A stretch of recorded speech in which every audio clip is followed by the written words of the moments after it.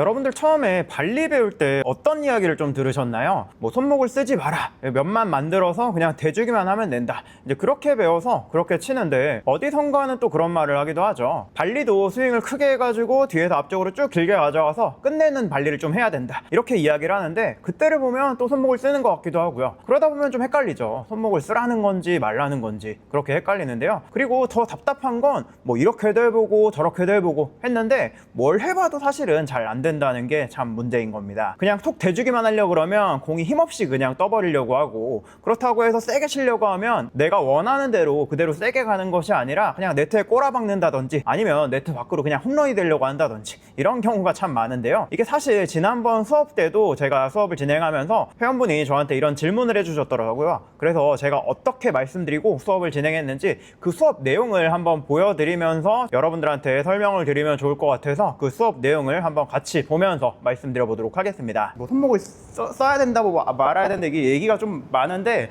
상황에 따라서 좀 다르거든요. 기본적으로 좀 그 블록 발리라 그래가지고 상대 공이 빠르고 그냥 나는 톡 건드리기만 하면 되는, 이제 그런 상황에서는 이제 당연히 거의 손목을 안 쓰는 그런 느낌으로 가는 건데, 내가 좀 만들어줘야 되는 그런 상황에서는 그냥 이대로 가만히만 있으면 사실 충분히 힘이 실리지가 않잖아요. 이 궤적을 뒤에서부터 앞으로 가져와 줘야 되고, 일단 첫 번째 뒤에서 앞으로 가는 궤적이 있어야 그만큼 힘이 실리겠죠.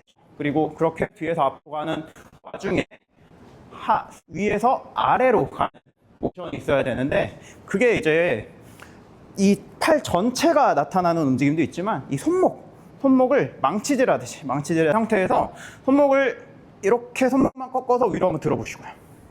네, 꺾어서 여기 힘이 들어가는 느낌이 있죠.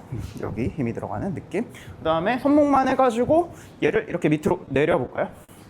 밑으로 내려볼까요? 다른 데 다 고정하고, 네, 손목만. 그러면 여기가 쭉 늘어나는 느낌이 들 겁니다. 한번 손목만 이렇게 움직여 보실까요? 손목만 이렇게 올렸다 내렸다, 올렸다 내렸다. 네, 요 느낌으로 올렸다가 내려가면서 움직이는 거고요. 기본적으로 백스윙 넘어갔을 때 올라갔다가 내려가는 모션. 일단 이게 첫 번째고, 그 다음에는 이제 그 문 잡는, 돌리는 그 느낌으로 얘를 이렇게, 그럼 면이 지금은 이제 정면을 보고 있죠. 면이 이렇게 있다가 면이 그 탑핑 걸 때는 면이 닫히면서 갔죠. 근데 백스핀 걸 때는 지금 발리는 백스핀이 기본이니까 여기서 면이 열리면서 가는 느낌. 여기서 움직이는 겁니다. 여기. 이게 회외라고 이야기를 하는. 네, 그렇죠.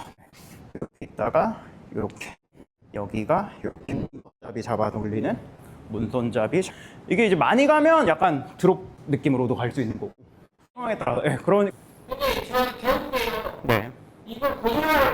자, 방금 이 질문이 이제 핵심이에요. 손목을 고정하라고 저는 배웠는데 왜 저는 손목을 쓰라고 이야기하냐라고 그렇게 질문을 해주셨는데요. 이게 저는 이유가 있다고 봐요. 손목을 쓰지 말고 고정해라 라고 말이 나오는 순간을 한번 떠올려 보면요, 대부분은 공을 놓치거나 반응이 늦거나 자세가 무너지는 이제 이런 경우에 손목을 고정해라 라고 말을 드리는 거예요. 그러니까 그 말 앞에는 조건이 붙어 있다는 겁니다. 지금 네가 준비가 늦으니까, 그러니까 동작을 크게 하지 말고 동작을 작게 가져가. 이게 원래 핵심 포인트라고 할 수 있을 것 같아요. 근데 코트에서는 굉장히 급하잖아요. 또 네트 앞에 서 있다 보면 공도 굉장히 빨리 오게 되고요. 이제 그러다 보니까 앞에 붙은 조건은 안 들리고 뒤에 있는 처방만 남는 겁니다. 스윙 작게 해, 손목 쓰지 마, 그냥 대기만 해, 이런 식으로 말씀드리는 거예요. 그게 그 순간의 처방, 그렇게 해서 임시방편으로만 되는 게 아니라 어떤 발리의 원칙처럼 생각해 버린다는 게 문제인 겁니다. 그럼 원래는 손목을 어떻게 써야 되는지, 라켓의 궤적을 어떻게 가져가야 되는지, 그걸 한번 이어서 보시죠.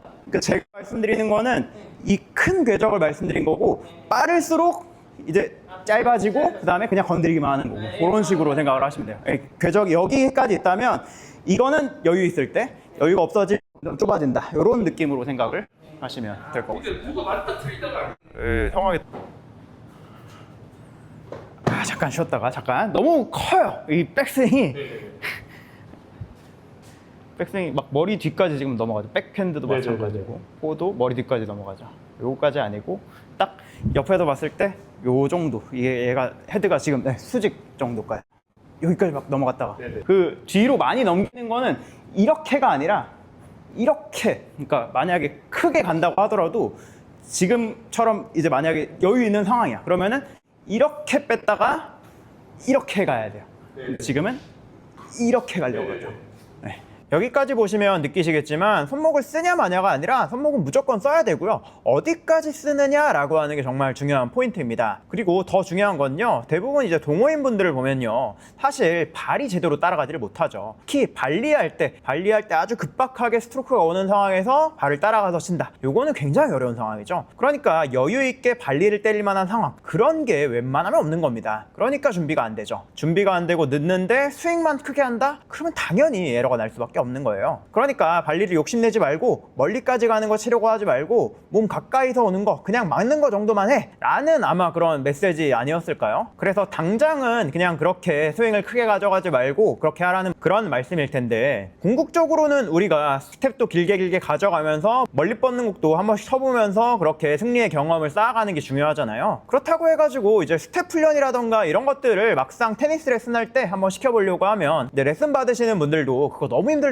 안 하려고 하고 이제 그런 경우도 정말 많단 말이죠. 이 시간에 내가 이렇게 빡세게 뛰려고 왔나? 공도 안 치고 뭐 하는 거지? 이런 생각을 하는 분들도 많고요. 그렇다고 해서 공 가지고 그렇게 멀리 빠지는 공을 해보려고 하면 공 가지고 스텝하는 와중에 발리할 때 라켓의 궤적을 잡아야 되고 팔의 움직임을 잡아야 되고 그러면서 공을 쳐야 되고 이런 모든 것들을 한 번에 다 하려다 보면 그 짧은 레슨 시간 안에 녹여내는 건 거의 불가능한 수준이죠. 그러다 보니까 발리를 설명할 때 많이들 발리할 때 손목 쓰지 말고 그냥 갖다 대 라고만 이야기하는 거 아닌가 싶은 생각이 들더라고요. 이게 특히 시간이 짧고 제한된 시간 내에 레슨을 진행해야 되는 구조 때문이지 않나 싶은데, 어떻게 해야 스텝을 빠르게 가져갈 수 있는지, 또 발리에서 그 라켓의 궤적상에서 손목의 움직임이나 팔꿈치의 움직임이나 어깨의 움직임이나 이런 것들이 각각 관절 수준에서 어떤 정도로 움직여야 되는가, 이런 걸 하나하나 짚을 수는 없단 말이죠. 근데 제가 뭐 실제로 테니스 선수 출신은 아니지만 몸에 대해서 굉장히 많이 공부를 해온 상태에서 테니스에 관심을 가지고 하다 보니까 이런 몸의 세부 사항들을 여러분들한테 알려드릴 수 있게 된 건데요. 몸을 올바르게 쓰는 방법만 익히고 코트를 가도 확실히 좋아지지 않나 싶습니다. 제가 볼 때는 특히 레슨을 오래 받아도 제자리에 머물러 계신 분들, 그런 분들께서 특히나 몸부터 잘 쓰는 방법을 디테일하게 익혀야 하지 않나 생각하는데요. 제가 지금 보여드린 것처럼 현장에서 디테일하게 잡아드리는 것부터, 그리고 수업 끝나고 나면 계속 좀 복습하시고 현장에 나가서 코트에 나가서 제대로 적용하시라고 특이사항들 어떤 식으로 수업을 진행했었는지 이렇게 페이지로 정리해서 전달해드리는 수업을 진행하고 있는데요. 정체된 실력 때문에 고민이신 분들의 몸을 바꿔드리고 싶습니다. 코트에서 시간을 많이 하려 해도 늘지 않아서 답답하셨다면 코트 밖에서 벗어나서 또 다른 시각으로 테니스에 대해서 접근해 보시면 어떨까요? 또 한 걸음 올라갈 수 있는 계기가 될 수 있으실 겁니다. 이번 영상 중간중간에 보여드린 것처럼 발리에서 내 몸의 어떤 관절을 어떻게 써야 되는가 아주 디테일하게 짚어드리고 있는데요. 단순히 발리뿐만 아니라 뒤로 물러나면서 치는 스트로크라든지 짧게 떨어지는 스트로크라든지 높은 찬스볼이라든지 점프샷이라든지 슬라이딩 샷이라든지 이런 여러 가지 상황들이 있죠. 그런 각각의 상황들에서 몸을 어떻게 써야 되는지, 불편한 내 몸을 어떻게 케어하고 또 강화해야 되는지 라는 것들을 아주 디테일하게 알려드리고 있으니까요. 그 수업에 대해서 자세한 내용 관심 있으시다면 아래 고정 댓글을 참고해 보시기 바랍니다. 저는 앞으로도 여러분들이 테니스를 더 빠르고 강하게 칠 수 있는 몸을 만드는 데 유용한 정보로 돌아오도록 할게요.